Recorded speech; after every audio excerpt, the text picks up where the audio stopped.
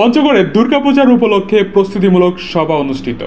পঞ্চগড় থেকে আব্দুর রহিমের তথ্যচিত্রে বিস্তারিত।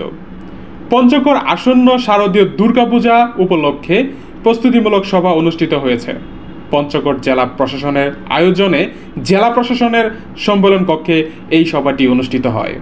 সভায় সভাপতিত্ব করেন পঞ্চগড় জেলা প্রশাসক মোহাম্মদ সায়েদ আলী।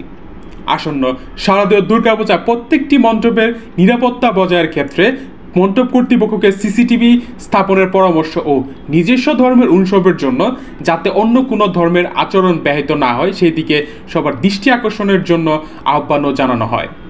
এবার পঞ্চগড় জেলায় 299টি মণ্ডপে পূজা উদযাপন হবে।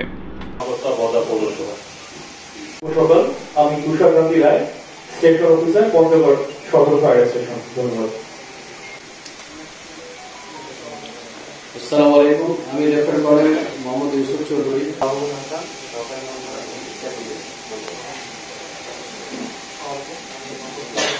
আমি বাংলাদেশ জামাত ইসলামী কেন্দ্রীয় সদস্য এবং বিষয় উপদেষ্টা মহোদয়, তিনি আমাদের মেসেজ দিয়েছেন।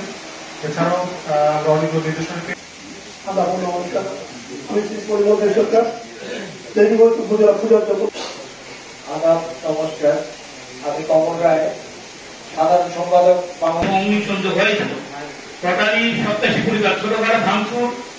আমি উল্লেখ আসলে উৎসবটা যে পরিস্থিতি সেটাতে পরিপূর্ণ উৎসব আমাদের হিন্দু হয় না। কেন্দ্রীয় রবীন্দ্রজিৎ মন্দিরের সভাপতি।